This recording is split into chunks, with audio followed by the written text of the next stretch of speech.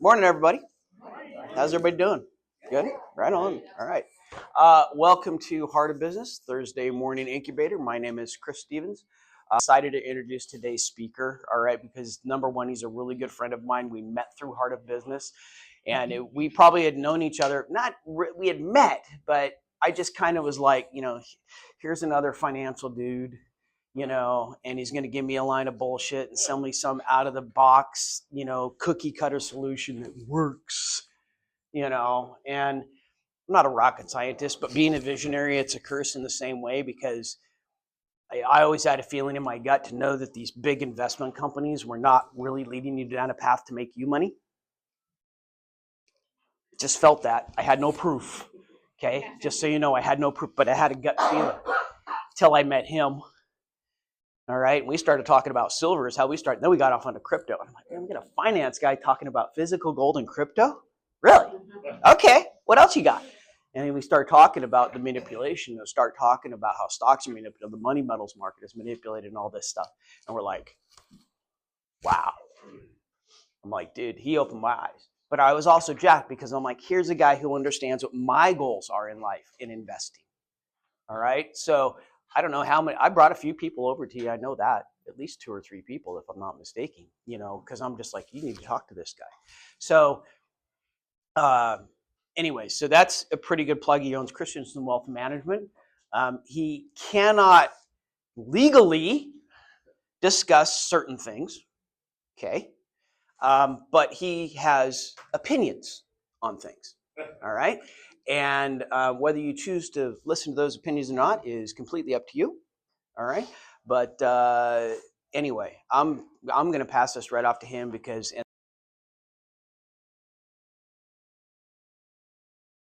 I need to hit 3 different topics: silver, crypto, and Sean asked me to say a few things on the topic of health. Health-related science is the stuff, because I'm a science nerd. Let me find my clock here. Clock, there we go. And timer, 15 minutes. 15 minutes per topic, shotgun approach. Love it. All right, let's get going. Jump in. So, this is not financial advice, even though I'm a licensed financial advisor. Most of the stuff that is cool and great out there, I'm not allowed to talk about. So we call it, I thought about even coining a term forbidden money, because I can talk to you about buying like stock and silver mining companies, and you can buy silver futures investment products, but I'm not allowed to tell you about silver bullion, even though I've been a financial advisor for 24 years. But I'm going to tell you about silver bullion anyway. And then I'm not allowed to tell you about, say, certain crypto and Bitcoin, but I can sell you a Bitcoin investment product on Wall Street, but I can't tell you to go buy Bitcoin on your own. So that's why.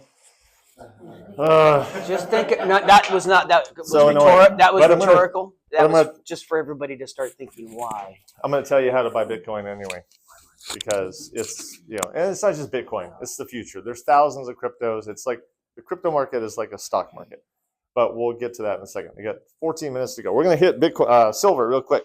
So I think one of the best places to store your emergency money or just life savings, not the bank, of course, is to put any extra savings into precious metals, specifically silver. Silver is the most undervalued investment on the planet. It's half of the price, it's about half of the price it was in 1980, even though we've created hundreds of trillions of dollars of unbacked paper fiat currency on the planet.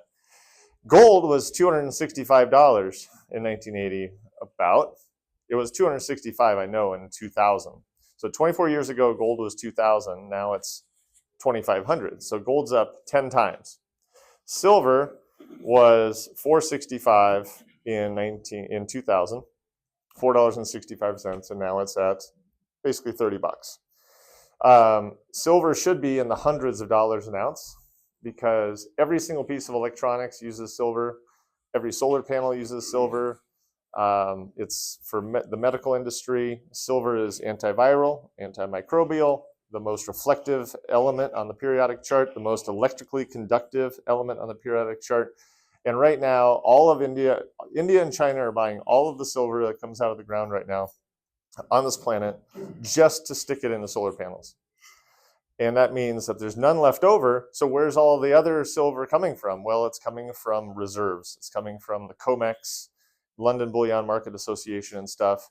They have the world's silver depository, and those reserves are shrinking and shrinking and shrinking, and eventually we'll run out. There's plenty of silver, specifically in Wallace. The Lucky Friday mine, it has silver for the next 50 years. They just need the price to go up so they can go get it. So Wallace specifically is sitting on enough silver to just feed the planet forever, for a long time, which is great because I love local prosperity. The Silver Valley will be known for its silver once again. So how do you buy silver? Well, there's online vendors and there's 2 stores here in town.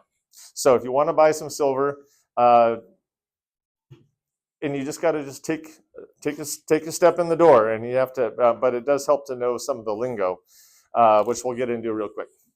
So there's 2 places in Coeur d'Alene. We have DJ's Coins and Collectibles, and we have Spartacus.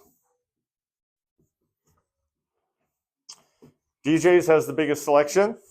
Spartacus is a variety, but he also has some other antiques and comic books and stuff. But DJ's has huge selection. Spartacus is another really great couple. They go to Candlelight Church, and they have enough silver to serve your needs. So I would say I've never gotten the inclination that DJ's has any Christian association, but we know that Richard and his wife at Spartacus definitely go to Candlelight. So if you want to vote with your dollars, pick either one. But if you want a lot of money, if you want to put a lot of money in silver, DJ's is a good place to go because he's got a huge 30-foot long case full of collectibles and not collectibles. So let's talk about what do you do when you walk in the door? Well, there are different silvers that you need to be aware of. There are the basic U.S. Silver Eagle, which I can pass around. The Silver Eagle is the coin of America. There's a gold eagle and a silver eagle. It's made by the U.S. Mint. It's official U.S. currency. It's constitutional money. So if you want real money that's U.S. currency, the Silver Eagle is the official silver coin of the United States. And on top of that, we have, so if you want to buy just silver and you want to buy silver as cheaply as possible, because when you buy a Silver Eagle, you can pay, so say an ounce of silver is $30. Well, you'll probably pay $36 for that Silver Eagle because there's a $6 premium because of the fact that it's been refined and pressed into a coin and it's been minted by the U.S. government.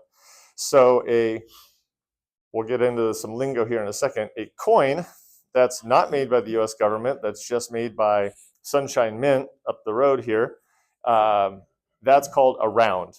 So a coin that's made by a third-party company is a round, and a coin made by a government mint is a coin. So just so you know. Now, because rounds don't have a whole lot of, like, they're not real currency, there's just silver with a pretty stamp, a pretty picture on it, they sell for $3 over the price of silver, typically. That's what DJ's charges. DJ's is about $3 over spot. Spot is the price of silver today. Spot will be the price of silver tomorrow.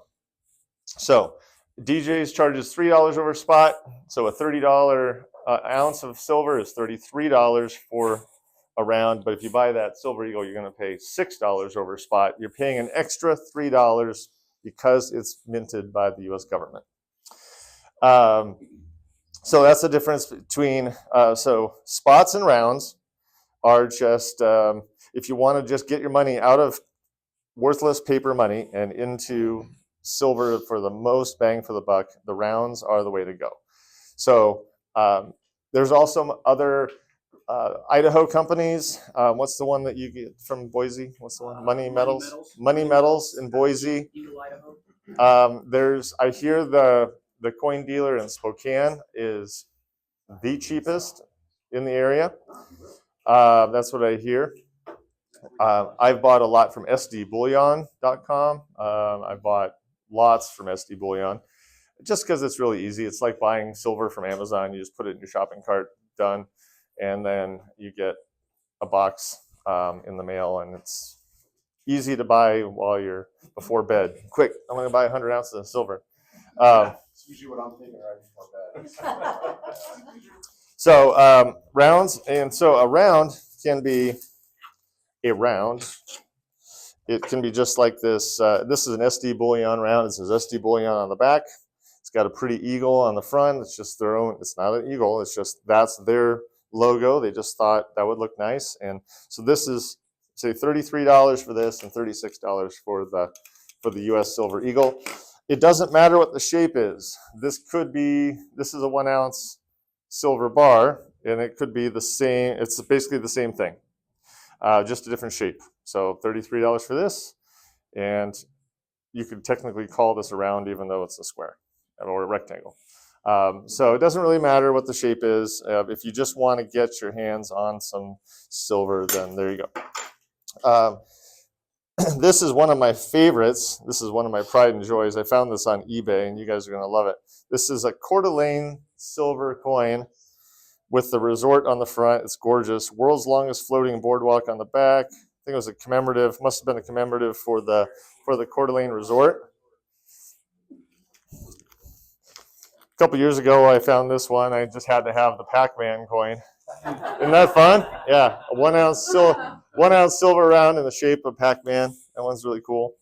Let's talk real quick about other government issued products.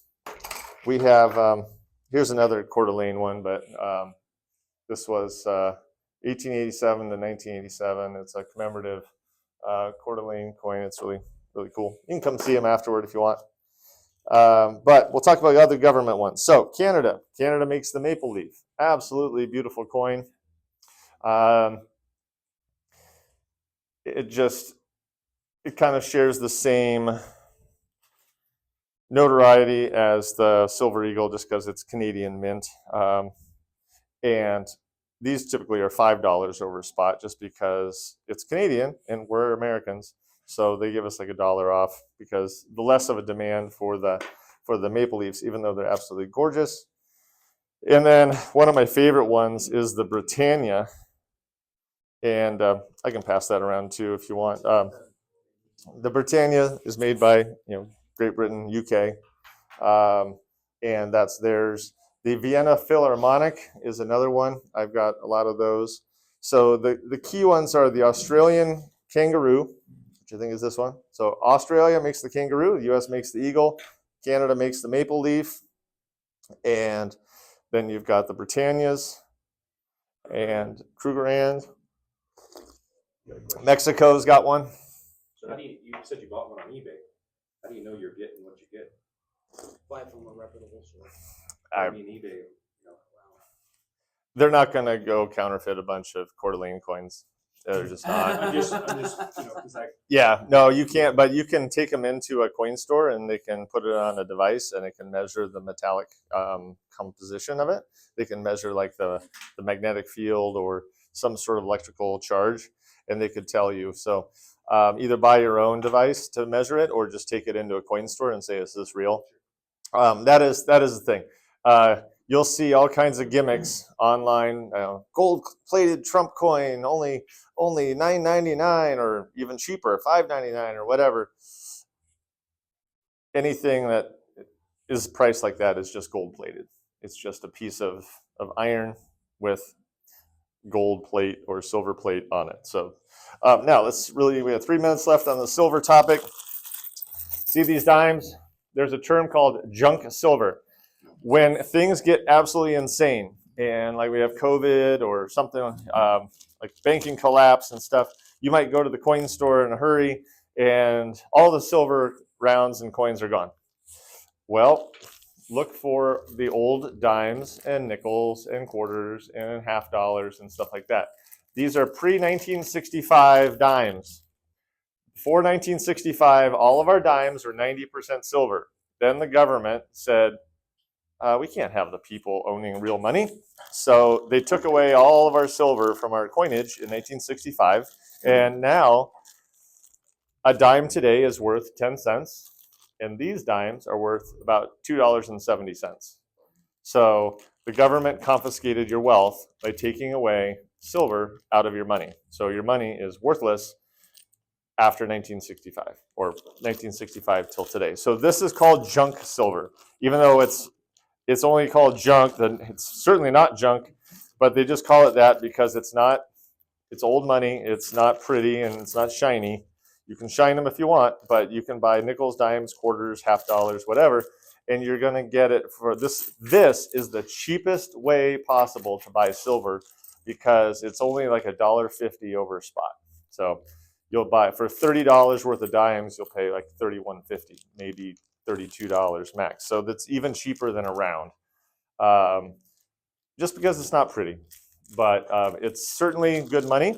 The one advantage of old dimes is that if we have an apocalyptic scenario, these little tiny pieces of silver are really good bartering tools because one of these might be hundreds of dollars. You might be able to buy a meal for one of these dimes, which would actually be a really nice bartering tool. So dimes, junk dimes are a really great way to go on that. And then just for fun, I certainly love these. These are certainly not expensive. These old Morgan silver dollars. Most of them, I think all of them are before 1900. This one is 1886. And I just love owning and wondering what person had this in their hands in 1886. It's got, it's just a real, I just love the history of it and it just makes me think about it. But this used to be your money. This was $1 until the government said otherwise. So in the 30s, they took away all the gold from the American people, and then overnight they revalued it by like 50%, and the government kept all the profits. So that's what happened in the 1930s, and when the gold was confiscated. But it's not likely that they're going to do that again. Not enough people have gold. I mean, basically less than 1%, I think it is, of Americans have any precious metals at all. We have been completely, I can't think of another word other than dumbed down regarding money.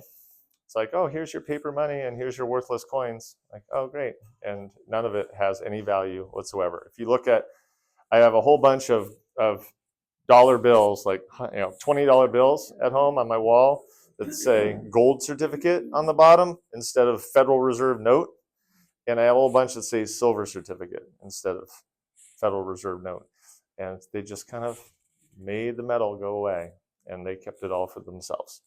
So, okay, so silver, to wrap that topic up, if you want to have a one-on-one about that, I'm also willing to help hold your hand if you want to go down that road. So one of my candlelight friends wanted to buy $10,000 worth of gold. I held his hand, walked him into the store, told him what to do, and he's made 20% in a year because last year gold was a lot cheaper. So if you have any questions on metal, let me know. I just wanted to give you the basics on that. If you have any questions, we can talk about it after. Let's see, I'm just looking for some sort of a eraser, but I don't need one. I got a paper towel. All right, reset the clock here. 15 minutes, or 14 minutes now. 14, start. All right, crypto. Real quick, don't talk to me about what Bitcoin is. Don't have time for that right now. Let's just say that it's digital money. It's like a stock market. A lot of them are like stocks. So if you buy certain crypto, like Theta token, you're buying stock in a peer-to-peer communications and decentralized data delivery, data storage, data computing, decentralized everything. Like, so you buy Theta token, you're buying into the Theta Labs company, And so it's like a stock. You buy a Bitcoin, you're not buying into a company, you're buying into a store of value that's used by millions of people around the world, and it's secured by tens of thousands of computers running the same blockchain, and you have to wipe out all of those computers to destroy the entire Bitcoin blockchain. So it's impossible to shut it off, because if you wiped out North America, there's people in Asia or South Africa or probably Antarctica running a Bitcoin validator node. So, but let's talk about how to get it. Open an account at Coinbase.com. Just go buy yourself $100 worth, for crying out loud, just to dip your toe in the pool. That's what I did. I bought my first Bitcoin when it was only $365 for a Bitcoin. And that was in 2015. And I dabbled around with it. I bought something on overstock.com with my Bitcoin, and it was the worst mistake I ever made, because that $50 would be $1,000 today. I should have not bought it, but I had to understand the technology. So you open an account at Coinbase.com. It's just like opening a bank account, and you'll link it to your bank account. Once you get your account open, you'll scan your driver's license, because it's a financial institution. They have know your customer rules. Scan in your driver's license. Once you're verified, enter your bank account information for your checking account, and then they'll send you 2 small deposits, like 7 cents and 3 cents, and you'll go in and say, okay, there's those 2 deposits in my bank account, and you go into Coinbase account and enter 7 cents and 3 cents. It's like, congratulations, now you're verified. You might be able to bypass that whole process by using that new special bank verification method, which I can't remember what it's called, but instantaneously, it's what? Plaid. I think Plaid might be able to instantly verify you. Once you're verified, you can just go, hey, I want to buy $100 worth of Bitcoin from my bank account, click, and then bang, there it is. $100 worth of Bitcoin instantaneously, and they debit your bank account. If you're a new customer, you'll have to wait like 5 days for that transaction to settle. They want to make sure you're good for the money and that you have the money in the account and it doesn't bounce. After 5 days, your money is yours to take away. Do not leave your money on crypto exchanges, because they can go poof overnight. What was the one that went bust last year? No, the exchange. FTX, yeah. So there's no reason. It's like having your cash at the bank. Like, why? Only put enough cash in the bank, because you're not getting anything for it.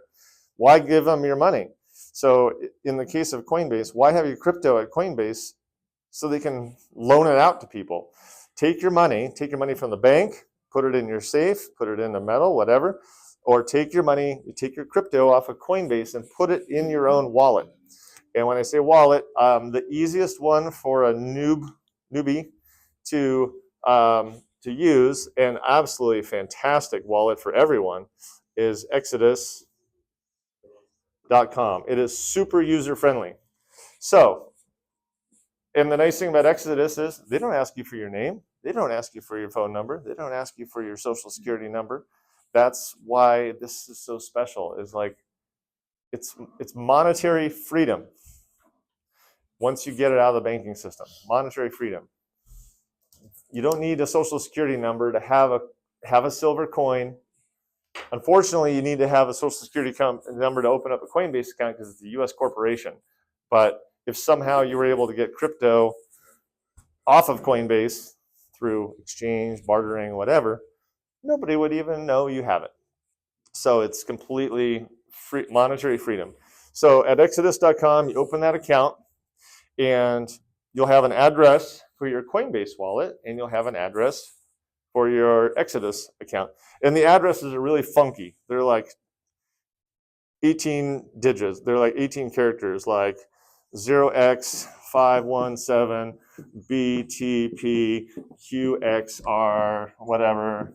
And it's like, and it's long. It's an encryption, so it's all encrypted. So what you'll do is you go into Exodus and say, hey, you know that $100 for the Coinbase here, I want to move it over to my Exodus wallet. And you click on Bitcoin, and you click on receive. There's a little arrow coming in and a little arrow going out. It's like, oh, I'm gonna click on the one that's coming in. So this is the one I choose, and then it gives you your public key. say you have we'll talk about that real quick, public and private. So you copy your key, you click on receive, and you click on the address, and it just says click to copy. And then you go to Coinbase and you say send, and you paste this address in your send block, and you say send maximum, all of it. And you click whatever, go, and send. And the Coinbase Bitcoin will magically show up in your Exodus account, just like an ACH or bank-to-bank transfer. So like if you're just doing a Venmo, $50, click, cha-ching, your friend gets $50 on Venmo. If you paste your address into Coinbase in a matter of a few seconds, maybe a minute or so, your Exodus wallet will have your Bitcoin. And now nobody has access to your Exodus wallet except you. It's no bank, no financial firm, no government, nobody. It's just the Exodus.com wallet is an open source program that runs all over the world, and nobody can turn it off, just like Bitcoin. And the other thing is the difference between public and private keys. So this is your public key, the long address that you can share with each other so that people can send you Bitcoin. The private key looks very similar, but it is actually your way of, it is actually the key to your wallet. So there's two keys to your wallet. The public key, which is an encryption sequence, and I'm not going to write it down, there are 12 words that are also associated with your private key. So it could be hat, dog, car, shoe, fish, 12 random words out of about 3,000 words. And those 12 words in that particular order, they have to be in that particular order, those are the other key. So if anybody gets your 12 words or your private key, they can take all your money. So don't share those with anybody. But you can share your public key with anyone you want to, and they can send you money. It doesn't really matter. But when you open up your Exodus account these days, the first step, you can open one up and it's just like poof, there it is. But you go up to security after the fact, after you got your wallet open, and you can click on your private key and your 12 words, and you have to write them down. Do not type them on a computer. Do not scan them on a scanner. Do not have your phone. Don't be holding your phone while your words are there in case somebody hacks into your phone. There's plenty of people who lose hundreds of thousands of dollars or millions of dollars a year just because they're stupid. Write it down in a book with a pencil or a pen, and then put it somewhere safe. Give a copy to your relatives, so if your house burns down, your 12 words aren't lost forever. So that is the basics. Then if you ever wanted to buy something with Bitcoin, like years ago, I talked to Dave about having crypto payments here, which he certainly could do, and I just kind of forgot. But you could just walk in, and if you had your Exodus wallet on your phone, you have a QR code, and you could just go and scan your QR code, and they could just debit. You could pay for your coffee with Bitcoin. It's just like Venmo, except Venmo is old money with fiat money, dollars, euros, and stuff. And this is new money. So if you have this public key, the other thing you can do is there's ATMs in town you can go up to and actually buy Bitcoin and Ethereum through the ATM that have it sent to your wallet. Just so you know. Yeah, and I've actually, I did a video. I never posted it, but I did it just for my own entertainment value. I was going to use it for like Heart of Business or something. I went to the one at Silver Lake Mall, and you actually have to open up an account with them. You have to open up an account with that particular provider, and then you can feed money into it, and it'll add it to Bitcoin and then kick out a receipt. Once you've bought it, you can then move it from that vending machine company to your Exodus wallet, for example. Those are just some of the basics. Yeah. Once you move your money from Coinbase into Exodus, does it quit actively exchanging or making and losing value? No. So it's just a wallet. So whatever. So if you had, Just like going to a bank. so it's still the value of Bitcoin. You're like it's going to do that anyway. Yeah, will it do that in Exodus? Just put No, money there too? yeah, Exodus Flash. Yeah, it doesn't. It's still the same value. It's like owning a stock, whether you have it at Fidelity or in a stock certificate. It's still the same stock. It's still, if it goes up 10% at Coinbase, it's going up 10% in your Exodus wallet. It's, ask me if you have any questions. We're going to talk about real quick proof of work versus proof of stake. I know it totally sounds like total bizarre words. Like my wife is like, speak English, and we're going to talk about that. Proof of work is Bitcoin. How do you mine a Bitcoin? There's 21 million Bitcoin that will ever be released, and we're at like 19 million have been issued so far. There's like 22 million left. It's going to take over 100 more years for the rest of the Bitcoin to be released. A Bitcoin is released about every 10 minutes. And how is it released? It's released because of the software code. And every 10 minutes, there's a mathematical puzzle, basically, that's created by the algorithm itself. And thousands of computers around the world are not trying to solve the puzzle. They're just trying to guess the answer, because whoever guesses the answer gets that Bitcoin or that Bitcoin reward for that 10-minute block. So the more computing power you have, the more likely you are to win the race to guess the answer.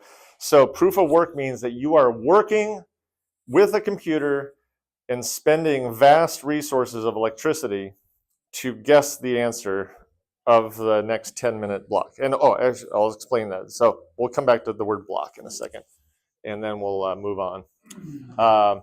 So proof of work means you have to use a computer and you have to expend energy. That's what gives Bitcoin its value. Is it's not just like a dollar that's fabricated out of thin air, $1 billion every few minutes, like the U.S. government does.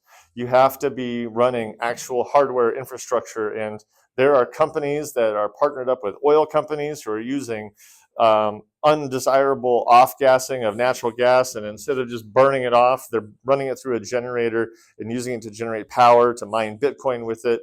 So instead of just wasting flare gases, they're mining Bitcoin with it. Absolutely brilliant. Hydroelectric power dams, they're in the spring, so much water, they have to release it over the edge of the spillway. Well, now instead of just throwing that off the edge of the spillway, they can run it through turbines and mine Bitcoin with it. So there's so much extra power on this planet that can be harnessed to run these computers that it's really not an environmental impact or anything like that. But it does take work to make Bitcoin, to give Bitcoin its value. Now, real quick, proof of stake is like stock. So I create Christiansen Wealth Management, like, oh, hey, I'm going to issue you 1 million shares of stock at $1 a share. And if you like it, buy it. So that's what proof of stake is. So Chris and I like our Theta token. Theta just issues 1 billion Theta tokens overnight with one click of a button. And those tokens don't have any value at all unless people like the project, buy the token, and then stake the token, meaning you're buying it and holding it. By staking it, you're locking your tokens for long term, for a period of time, because you want to be loyal to the project. And so the more people staking their crypto means there are more shares coming off of the market. Like if 50% of the Theta tokens are staked, it means that there's 50% unavailable for people to buy. There's scarcity. So proof of work takes effort. Proof of stake, you get value for your crypto by scarcity. So there's times where there's 75% staked, 80% staked, 90% staked, whatever. The more that's staked by the owners, the less there is for people to buy. It's like, if there's no silver, what's it going to do? It's going to go up in price because it's scarce. So proof of stake, it doesn't take any effort to create the crypto. It's just loyalty gives it value, and the fan base gives it value, and the technology for why are you buying that crypto? Is it have a technology that the world needs? If yes, it will have value. And then the Bitcoin just requires computing power. So that's the difference. And then I'll end on saying what a block is. A block is, like for Bitcoin, every 10 minutes, all of the transactions on the Bitcoin blockchain are gathered up, like basically in a spreadsheet, like Quicken, and then stored as a file on the blockchain. So every 10 minutes, there's a new file, a new spreadsheet, basically, that is added to the block, and it's been going for 15 years or whatever. Every 10 minutes, there's a new spreadsheet of all the transactions that people can go and audit and look at. All they're referenced by is a bunch of funky characters, so there's no names or social security numbers or birth dates or addresses. It's just a string of addresses. This address sent 0.1 Bitcoin to this address. That's all it says, and every 10 minutes, that block is added. Like different cryptos have different block times. Like Theta has a 6-second block time. So every 6 seconds, there's a new spreadsheet added to it. The faster the block time, the faster your transaction can occur. Like if I buy a cup of coffee with Theta, it'll only take 6 seconds for my coffee transaction to be posted to the blockchain and verified. Whereas, so as far as Bitcoin goes, it could take minutes, and if everybody's piling into Bitcoin, it can take a long time. Bitcoin's slow, not very great for rapid purchases, but it is a good store of value, and because there's millions of people and tens of thousands of computers running it. So that's what a block is, and hence the term blockchain.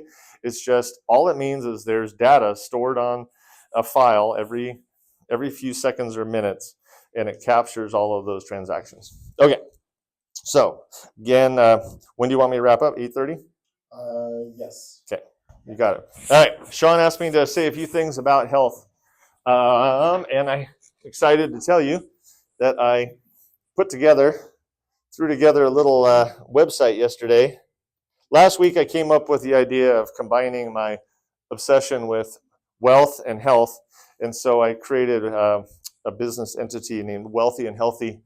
It should say healthy, but my formatting is off, or my screen resolution is off, but it says Wealthy and Healthy LLC, and professional financial advice combined with high quality recommendations for healthy living.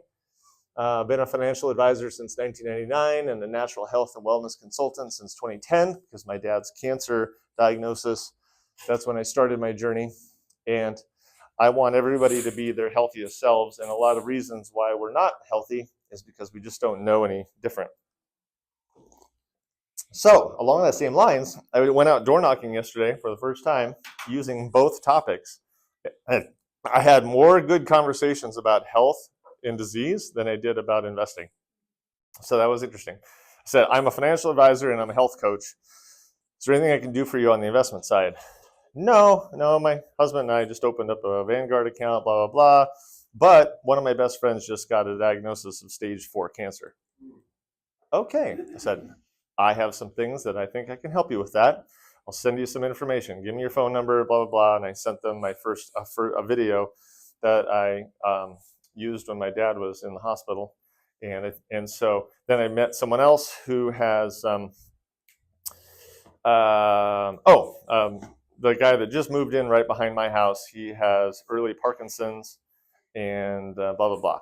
So it gave me another topic to talk about, and it's exciting. So now what I decided to do is I've had my wife started a brand partnership with Amare Mental Wellness back in 2019. I love the concept of natural therapies for mental wellness, but I couldn't just wander around pitching product. I wanted to be consultative. That's how I am as a financial advisor. So what I thought I would do is take all of my favorite things regarding health and mental wellness and stuff and bundle them up and just be like a toolbox. You have mental wellness issues, stress, anxiety, depression, brain fog, whatever, you need Amare stuff. You have a bad knee, you need LifeWave stuff.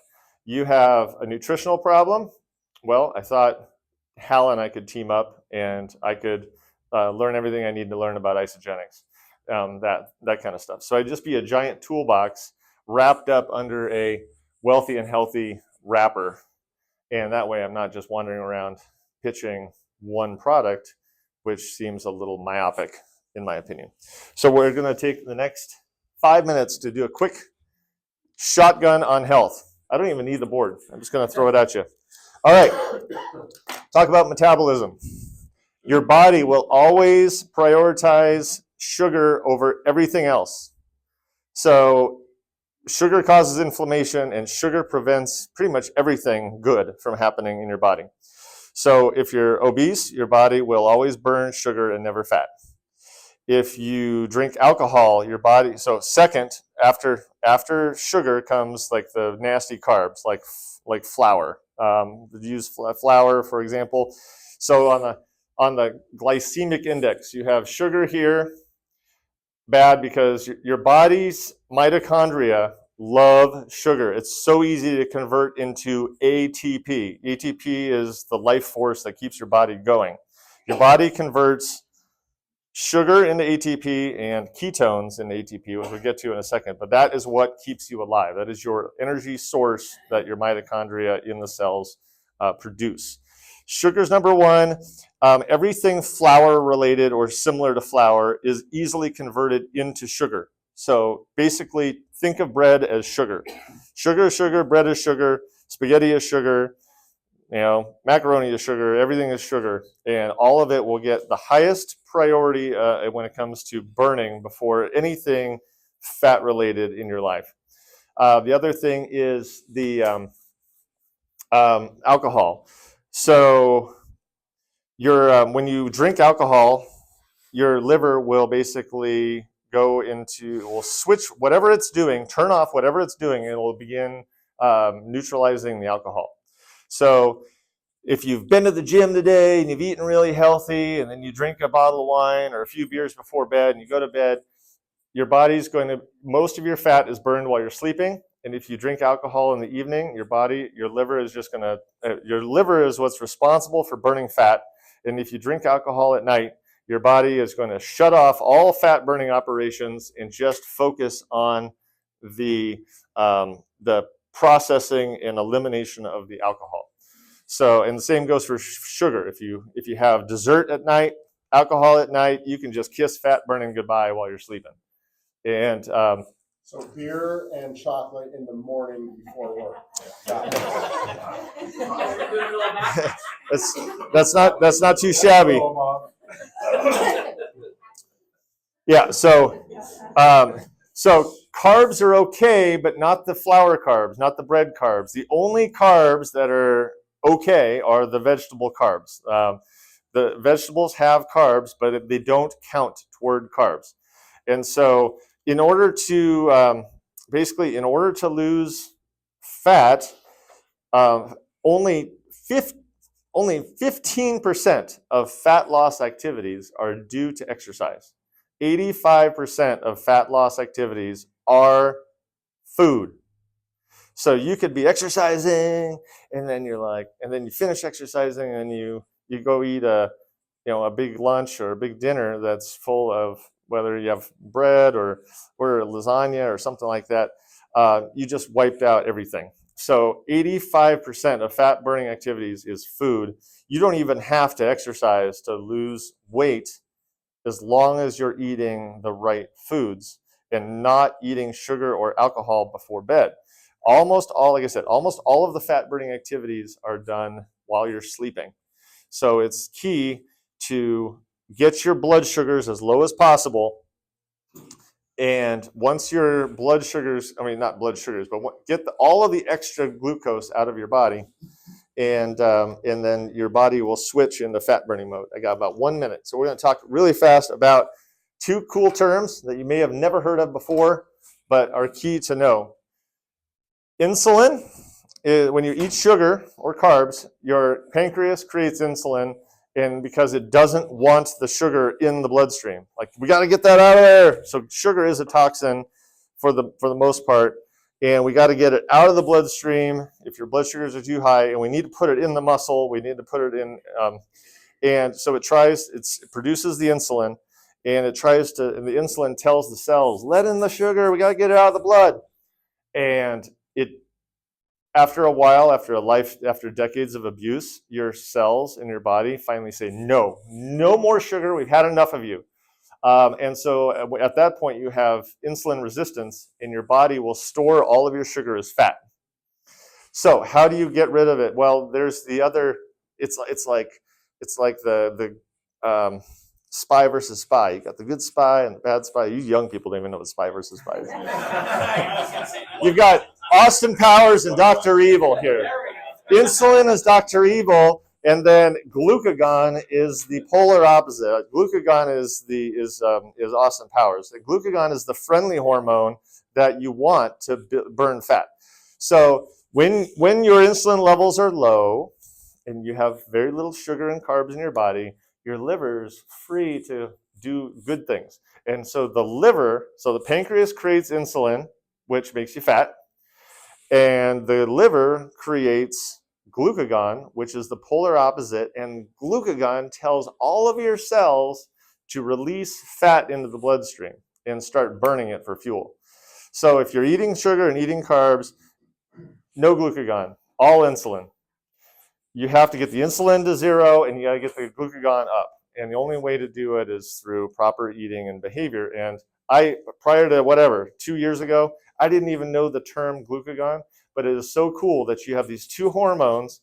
And so the glucagon is the key to letting the fat out. And what happens is the fat goes into the bloodstream, and this is my last sentence for the day. The fat goes into the liver, and the liver turns it into ketones, which are we'll talk about into ketones, and the ketones are the number one fuel source for all of the cells of your body, especially your brain. If you're burning ketones, your brain is going to be on rock star performance, and your fat stores will go way down. And the last thing is the MCT oil. If you put that in your coffee every morning, tastes good, by the way. I love MCT oil in my coffee. Just a squirt, like a tablespoon in your coffee. MCT oil goes straight from your stomach into your liver, bypasses everything, and it immediately gets converted into ketones. So if you put MCT oil in your coffee and you drink it, you're immediately going to flood your body with ketones, which will tell your cells to unlock your fat reserves. So it's like having a pretty kick-butt fat loss coffee if you throw some MCT oil in there every morning. So some cool terms: glucagon, insulin, ketones, and that's where I'm going to end it.